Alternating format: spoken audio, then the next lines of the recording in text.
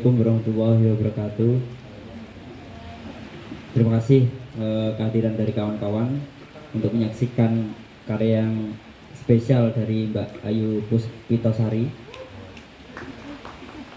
yang menyempatkan hadir Perwitosari, Mbak Ayu Perwitosari yang menyempatkan hadir di ikut andil dalam acara Hari Buku Nasional yang diadakan oleh Mahanani.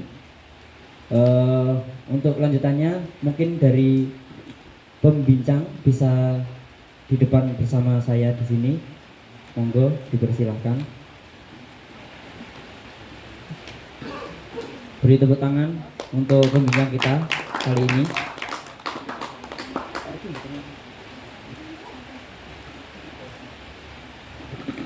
Nah, di sini di samping saya ini adalah Mbak Ayu Perwitosari. Dia adalah salah satu produser ya Mbak ya, produser dari film Ranting Kecil di Atas Riak yang menceritakan kisahnya Eka, polemiknya Eka di keluarga kecilnya itu. Beliau juga lulusan dari ISI Surakarta, betul? ISI Surakarta, dan sekarang bergiat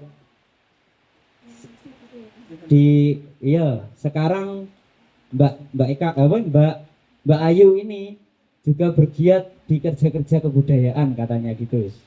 Terus di sampingnya lagi ini adalah Bu Iza, salah satu dosen sosiologi di IAIN Kediri. Beliau juga lulusan S1 sosiologi UGM, ya Bu. Benar. S2-nya juga di UGM sosiologi. Itu. Beliau juga seorang peneliti migran, pekerja migran waktu di kampus saat itu. Mungkin nanti bisa kita tanya-tanya terkait apa yang ditangkap dari film ini, mungkin nanti bisa disampaikan oleh Bu Iza. Terus mungkin ini kita mulai dari ini filmnya. Ini monggo dari audien bisa maju nggih, mboten napa-napa. Daripada nanti kehujanan, masih ada ruang-ruang kosong, mungkin bisa diisi. Majune aja saiki lah. Majune sing akeh. Monggo. Agak maju. Ayo Jar, diwarai kanca-kancane Jar. Monggo, jadi ini kok perbincangannya lebih deep. Lainnya jarak kan pane ra penak ya. Ndang Jar maju kok saiki-saiki to mesian. Engko tak jokne lah ngono. Kini lho. Kok biasa nih. Mbak-mbake sing ning gone pojokan-pojokan iso langsung ke sini monggo.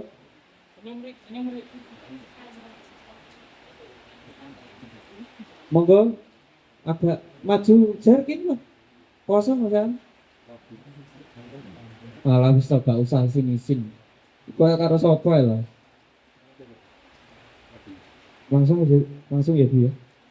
Baik, ini mungkin kita sedikit ada perbincangan terkait film ini. Mungkin hal-hal apa yang mungkin perlu kawan-kawan ketahui yang belum didapat dari film ini, mungkin dari latarnya ini pengambilannya ada di mana, terus hal-hal lain lah yang mungkin dari kawan-kawan belum diketahui. Mungkin bisa langsung disampaikan oleh Mbak Ayu sebagai pembincang ataupun produsernya langsung, atau mungkin dari teman-teman nanti bertanya, Mbak piye sih caranya nggak film ini, mungkin hal semacam itu, mungkin nanti bisa agar teman-teman itu bisa tahu lah dari ahlinya langsung. Mungkin itu, mungkin dari Mbak Ayu bisa langsung menyampaikan langsung dahulu. Assalamualaikum warahmatullahi wabarakatuh. Terima kasih buat teman-teman yang hari ini menyempatkan datang untuk menonton film ini. Jadi film ini itu berawal dari tugas akhir teman saya yang namanya Retiko. Itu asli dari Kediri. Dia terinspirasi membuat film ini karena ada di daerah Kediri itu ada satu desa yang hampir kebanyakan itu perempuan-perempuan itu kerja di luar negeri. Kebetulan orang tuanya dia juga kerja di luar negeri, dan saya diajak untuk berproses dari awal karena memang kebetulan walaupun saya bukan di Kediri atau dari desa kanan, cuman orang tua saya juga ada pengalaman kerja di luar negeri. Jadi dia mengajak saya untuk berproses dari awal buat film ini. Dan film ini dibuat di desa Utanau, perbatasan dengan Blitar. Ya, berlatar waktu di sekitar tahun 2007. Yang mana memang tahun-tahun itu tuh banyak sekali para perempuan-perempuan yang kerja di luar negeri. Nah, cuman film ini berfokus pada kondisi si anaknya yang merasa terombang-ambing dengan keputusan orang tua yang didasarkan karena ego masing-masing. Jadinya di sini sangat diperlihatkan bagaimana kebingungan si Eka dengan keputusan ibunya yang pergi. Kalau dibilang karena tidak mampu, sebenarnya keluarga Eka kalau dilihat tadi ada mobil, dia punya hotel, jadi di sini dia itu tidak karena kekurangan uang, tapi karena ibunya yang merasa kurang mendapatkan mungkin karena suami, dan kebetulan suaminya juga sedikit nakal tadi. Jadinya di sini digambarkan Eka yang sangat bingung dengan keadaan yang sebenarnya dia tidak tahu. Dia menekan mereka dari kehidupan orang tuanya, kondisinya tidak ada sosok ibu, kondisinya yang ada bapak tapi sangat kekurangan peran bapak, kurang lebih seperti itu. Mungkin nanti kalau ada yang ditanyakan bisa ditanyakan dan berdiskusi bersama. Terima kasih atas sampaian dari Mbak Ayu. Jadi kawan-kawan, migran itu kalau dulu itu istilahnya TKI sebenarnya, betul loh Mbak. Nah, jadi mereka-mereka yang bekerja di luar negeri, kalau sekarang itu disebut migran. Kalau dulu itu sebutannya adalah TKI. TKI atau TKW istilahnya itu. Jadi sekarang itu kebanyakan yang sebutannya adalah migran. Nah, terus kita juga pengen tahu bagaimana dari kacamata seorang akademisi terkait melihat fenomena yang terjadi di lingkungan kita sekarang ini, terkait situasi keluarga kecil semacam itu yang digambarkan melalui karya seni, melalui film. Mungkin ini kita perlu tahu juga bagaimana sudut pandang dari akademisi yang kebetulan risetnya, penelitiannya waktu di kampus adalah penelitian terkait ini juga migran. Mungkin dari Bu Iza bisa menyampaikan terkait hal apa yang didapatkan ataupun bisa digambarkan dari film ini, ataupun perlu disampaikan terkait riset-riset yang memang perlu disampaikan kepada kawan-kawan. Mungkin itu.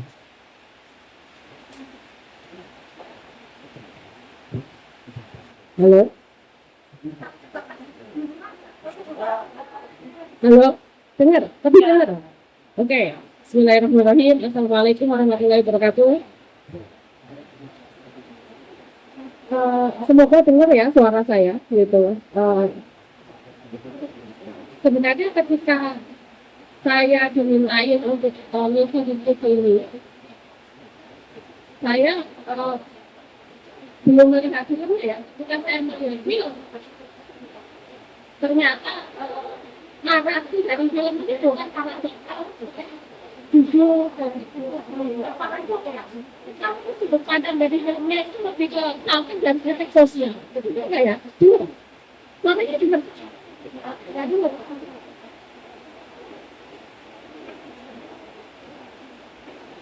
Tapi benar ya.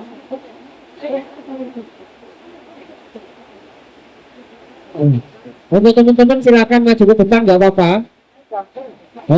Ke depan. Yang itu standar. Apa maju?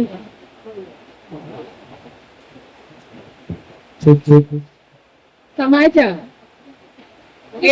Mungkin ini Bu, teman-teman bisa maju ke depan saja biar kita obrolannya agar bisa merasakan denyut obrolan ini loh. Ngobrol sampai. Oh, soundnya biar apa? Kedengaran juga. Monggo dari teman-teman, ayo maju Jar, diwarai konco-konco nih. Nah, ngono loh. Monggo silakan dari teman-teman maju. Karena mundur satu langkah bentuk pengkhianatannya ini cuy. Oke. Halo. Oke. Jadi narasi atau gambaran umum dari film ini itu lebih nggak paradoks ya, tetapi lebih ke satir dan kritik sosial gitu. Tetapi belum kita membahas ya, saya menceritakan dulu tentang riset saya ya, riset saya dulu di Kediri gitu. Dan berbeda dengan film ini, saya itu lebih menarasikan atau menganalisis paradoks dari realitas sosial mengenai campuran perempuan. Nah, apa paradoksnya? Temuan saya itu salah satunya 60% dari pekerja luar negeri ya, atau pekerja migran Indonesia itu adalah perempuan, 60%. Dan 60%-nya pekerja perempuan ini ya, 65% pekerja perempuan ini bekerja di sektor informal. Sektor informal maksud saya. Sektor informal itu apa? Misalnya mereka di pekerjaan domestik ya, misalnya seperti ART atau menjaga lansia, perawat lansia gitu. Sebagian besar pekerja perempuan ada di ranah itu. Nah, dengan gambaran model seperti ini, pekerjaan informal memiliki banyak kerentanan dan tantangan gitu. Salah satunya yang jelas adalah masalah kekerasan, entah itu kekerasan fisik, kekerasan seksual, masalah gaji yang nggak dibayar, terus masalah waktu kerja gitu yang nggak jelas. Karena kan domestik ya, wilayah domestik gitu. Nah, jadi dia memiliki rentang waktu yang nggak jelas. Yang sebenarnya itu juga bagian dari tolong karena sektor informal yang aturan ini nggak jelas menyebabkan kekerasan beberapa aspek hidup gitu. Selain itu kekerasan juga yang saya temukan adalah masalah hukum dan perlindungan hak pekerja gitu. Jelas beberapa tempat, salah satunya Arab Saudi, itu kenapa tahun 2015 di moratorium katanya masalah ini. Ketidakpahaman masalah hukum legal formal yang menyebabkan tanggap itu HAM ini tidak selesai ya dalam memahami secara legal antara yang kita pahami dengan yang dipahami oleh pemerintah Arab Saudi sehingga secara legal aja itu bisa menimbulkan keanggotaan gitu, cuma naik itu. Jadi masalah hukum ini juga belum selesai gitu. Jadi terus yang kedua, teman saya itu tantangannya akses sebagai pensiun hakim, misalnya perlindungan itu susah. Tapi yang saya temukan beberapa tempat itu majikan itu menahan paspor gitu. Kalau paspor ditahan tidak bisa laporin kepada legal ya gitu. Jadi itu ada kekerasan di situ hukum informasi yang juga gitu. Terus yang ketiga, masalah yang ketiga itu masalah ini ya, isu keluarga. Isu keluarga ini macam-macam, nanti akan digambarkan di film ini. Di film yang kita tonton hari ini adalah salah satu potret dari gambaran atau tantangan isu migran di Indonesia. Ini tergambar terbaik di film yang kita tonton hari ini, gitu. Isu keluarga ini apa? Tentang fungsi keluarga, gagalnya institusi keluarga untuk menjadi ruang perlindungan bagi anak-anak karena pekerja migran ya. Jadi fungsi-fungsi keluarga yang cerai-berai dan sebagainya nanti kita bahas. Terus yang terakhir adalah mengenai gagalnya reintegrasi para migran ini setelah kembali ke tanah melakukan mereka. Misalnya mereka habis migran nih di Arab atau habis migran di Taiwan gitu, kembali ke desanya. Banyak yang tidak bisa reintegrasi lagi, beradaptasi kembali ke masyarakat gitu. Jadi jadi orang di rumah aja gitu. Atau misalnya membuka usaha, nggak sama ya. Kesulitannya dalam mendapatkan materi ketika dia daripada dia kerja di luar negeri, mereka butuh. Atau mereka tidak diterima secara peluang karena yang sewu ketika pulang dari luar negeri bawa anak gitu.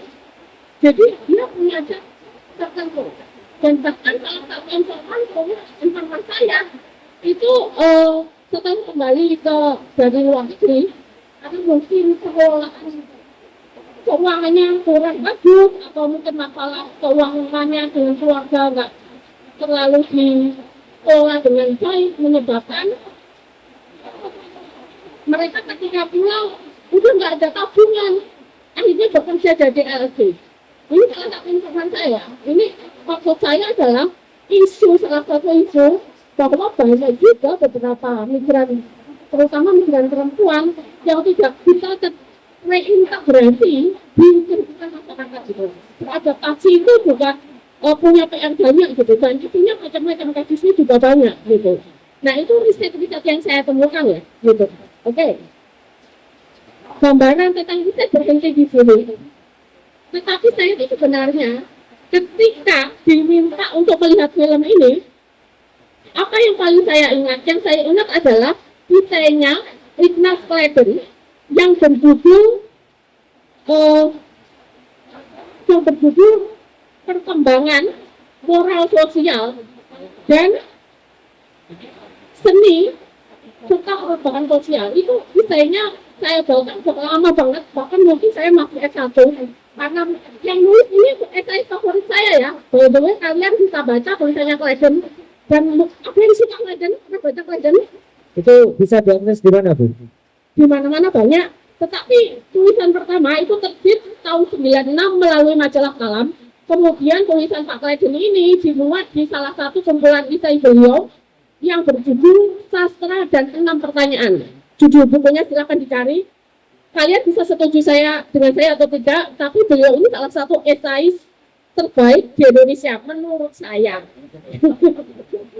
Salah satu esai terbaik ya. Jadi kenapa saya tertarik dengan tulisan Pak Clayton ini gitu. Karena Pak Clayton ini dalam esai itu membayangkan bahwa karya seni itu pada dasarnya adalah representasi moral masyarakat saat itu gitu. Tetapi karya seni juga bisa merupakan representasi kritik untuk mendorong perubahan sosial. Jadi secara umum Clayton itu ingin menggambarkan bahwa karya seni ini juga punya fungsi untuk mengemansipasi masyarakatnya dari isu-isu yang berkembang di masyarakat gitu. Terutama kalau isu ini yang diangkat adalah isu migran perempuan ya, dan tokoh utamanya itu anak gitu. Dan otomatis concern yang paling besar dalam tema film ini adalah emansipasi anak menurut saya ya gitu. Gambaran satir dan kritik bagaimana kondisi anak ketika keluarganya diselidiki atau yang lain-lain gitu. Berapa menurut saya? Masih ada? Atau kepanjangan? Masih ada. Aman, Bu. Ya, maksudnya gini, saya itu cerita sama Pak Narno ya, Pak Narno. Saya itu bikin presentasi itu. Sampai mungkin Pak Narno guyu nih aku Pak. Diguyu gitu kayak Pak Narno, kok serius banget gitu. Tapi saya itu tidak pernah punya pengalaman datang diskusi nggak bawa apa-apa.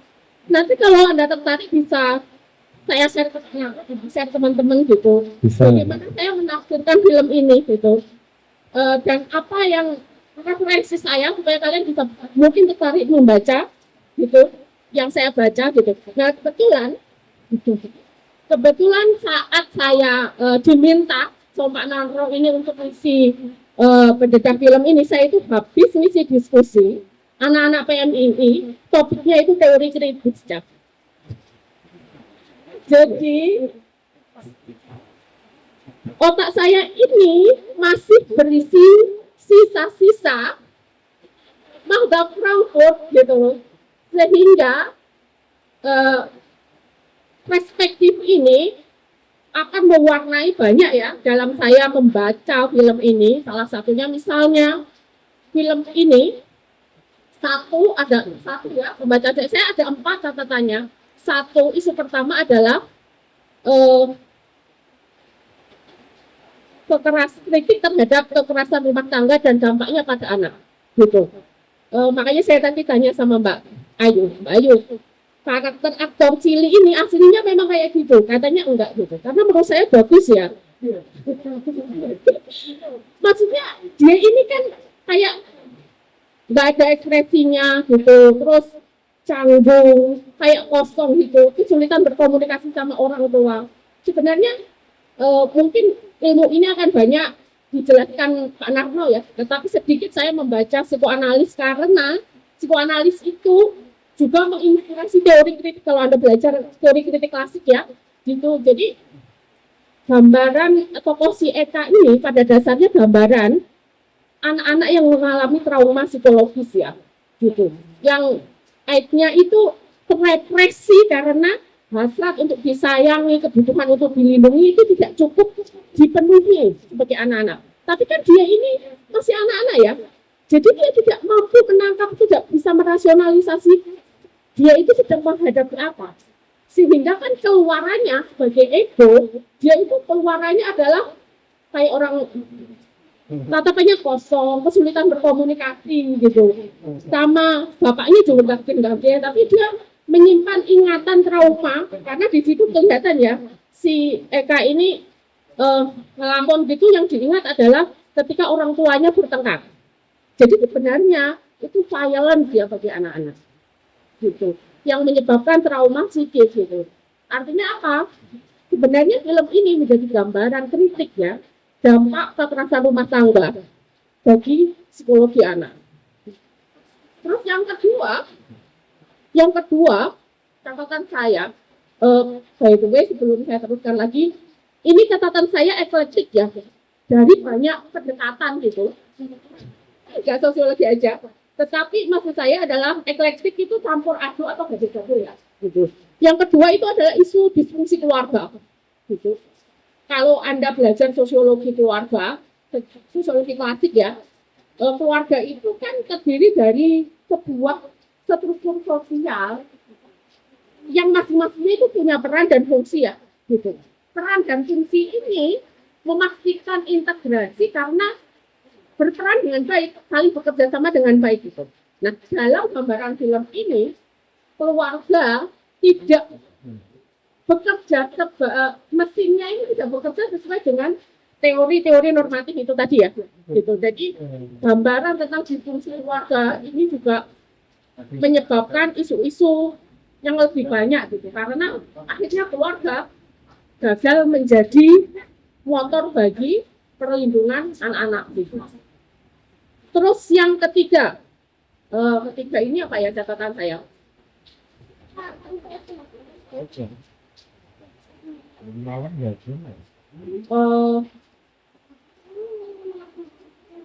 Ketimpangan gender dan pola pengasuhan, gitu. Ini juga isu yang diangkat secara implisit oleh film ini ya, gitu. Terutama ketimpangan gender dan pola pengasuhan dan efeknya terhadap anak-anak ya. Ketimpangan gender di sini bagaimana peran-peran di masyarakat ini tidak clear ya, gitu. Karena kalau kita ngomong peran gender, gitu, otomatis yang terbentuk secara sosial, apalagi di struktur sosial kita ini yang masih feodal ya, gitu. Seolah-olah pekerjaan pengasuhan itu fokusnya ada di ibu, gitu. Ketika secara fisik dan psikologis ibu nggak ada, otomatis nggak hadir ya pola pengasuhan itu, gitu. Dan laki-laki yang terbiasa terbentuk secara sosial ini tidak bisa mengasuh, akhirnya juga gagal, kurang memahami apa yang harus dia lakukan. Kayak bapaknya si Eka ini, dia nggak tahu kalau dia itu perbuatannya nggak menyayangi anaknya, kok dia juga ngantor anaknya. Karena dia nggak punya skill, nggak punya keterampilan, dan nggak punya kesadaran tentang pengasuhan, gitu. Nah, menurut saya ini adalah PR besar di society kita ya, bahwa pertimbangan gender dan pola pengasuhan ini menjadi isu yang cukup banyak gitu, dan ini bisa kalau diskusi bisa nggak pulang saya gitu, tetapi ini hanya salah satu poin saja gitu. Terus poin selanjutnya itu apa? Saya pengen cepet-cepet tapi lali. Pola pengasuhan.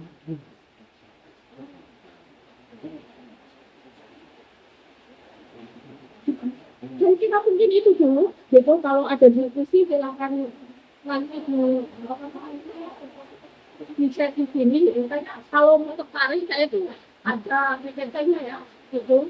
Kalian bisa membaca. Mungkin Mbak Ayu juga cerita kejungan gitu. Jangan apa gitu. Walaupun nggak banyak itu PPT-nya juga takut gitu. Saya ada kalau teman-teman sekarang silakan. Saya kira gitu aja daripada berpanjang-panjang gitu. Kalau mau berdiskusi lebih lanjut, nanti kita bisa teruskan melalui diskusi. Oke, mantap. Terima kasih. Tepuk tangan dulu dong buat pembicara kita yang ada di depan. Berbagai macam perspektif tapi terkumpul jadi satu di sini. Karena ya betapa kita melihat filmnya ini juga sangat keren, termasuk juga kritik sosial keluarga termasuk. Nah, nanti untuk lanjutnya kita akan berdiskusi. Jadi kita santai saja nanti bincang-bincang terkait hal apa yang perlu kita bicarakan di sini nantinya. Sebelum itu, Bu, ini ada penampilan dahulu dari kawan Kanda, IKM Kanda akan menampilkan akan menampilkan apa enggak? Puisi. Nah, ini dari kawan Kanda nanti akan menampilkan puisi. Setelah itu kita akan bincang-bincang dan sharing-sharing lebih dalam terkait hal situasi dan kondisi saat ini perihal tentang apa yang kita dapat dari film ini. Mungkin itu dulu. Monggo dipersilakan dari penampil Mbak Sobo, dari Mbak Liela. Ini monggo dipersilakan untuk Mbak Liela untuk maju ke depan. Beri tepuk tangan untuk Mbak Liela. Kota Manis, karya Muhammad Yusuf Dimas Wicaksono. Terkadang malu untuk membenarkan semesta, terkadang malu untuk merasa salah, terkadang malu untuk mengulangi lagi, terkadang malu untuk mengakui, terkadang malu untuk menyapa, terkadang malu untuk bermimpi setinggi langit. Apa karena kita lupa dengan satu hal, yaitu buku? Teman yang paling tulus ialah buku. Meski kau hujat, kau lempar, kau banting sana sini, ia tidak akan pernah membalasmu. Kalau ia tetap membantumu dalam pengembangan diri. Ya, kalian tahu, begitu hinanya kebodohan. Banyak orang yang tak mau mengakuinya, dan begitu mulianya ilmu. Sampai banyak orang yang mengaku-ngaku, dan begitu hebatnya buku bisa membuat orang itu di jalan nirmala maupun durjana. Yang penting, saat kita menyampaikan kebenaran, maka Anda akan menemukan dua reaksi yang berbeda. Yang bijak akan merenung, yang bodoh akan tersinggung. Sulit meyakinkan Prabowo kalau hukuman mati bagi koruptor jauh lebih indah daripada makan siang gratis.